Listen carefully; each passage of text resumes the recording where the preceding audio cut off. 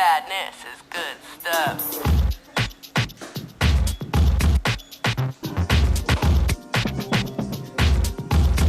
So when the creative process begins, when it comes to photography, the first step is mapping out the concept or the visual, whether it's in advertising or an editorial. Advertising being an art director from an ad agency would give you a layout, which is very specific usually in where the propping may be, where the talent is, the look of the place, the location they're using. If it's a very creative conceptual piece, you would speak to the art director who's in charge of making all those details happen, which are again approved by a client somewhere along the line. Make me shake, yeah, yeah. In most scenarios, for most people that are shooting, mapping out ahead of time is the best process because you have to concentrate on the details. In advertising, in commercial work, in editorial, and in some personal things, it's good to have things mapped out. There's always beautiful accidents, that happen along the way too. And those are great. Sometimes those are the best pieces.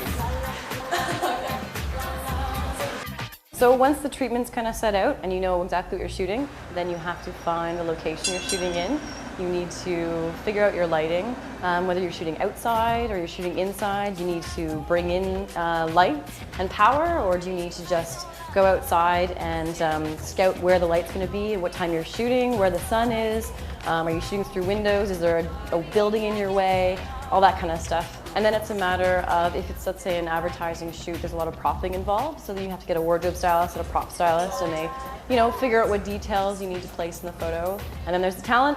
Who's the talent? You need to cast them for commercial work. But advertising is very planned. There's clients involved that have to approve every little piece, so down to the color of the ribbon that the girl is wearing in her hair, to the color of the sky and that kind of stuff. That's all very, very planned. Very expensive tank with really. I might go to the tank. Me too. If we're speaking about advertising photography, who runs the set? In the end, it's the client. Then the client and the art director work together on the layouts, and they talk about all the details, and then they bring all that to the photographer. And then the art director and the photographer work on the creative side. So they think about some of those details a little bit more specifically and a little bit more artistically than the client may, and that's why they're hired.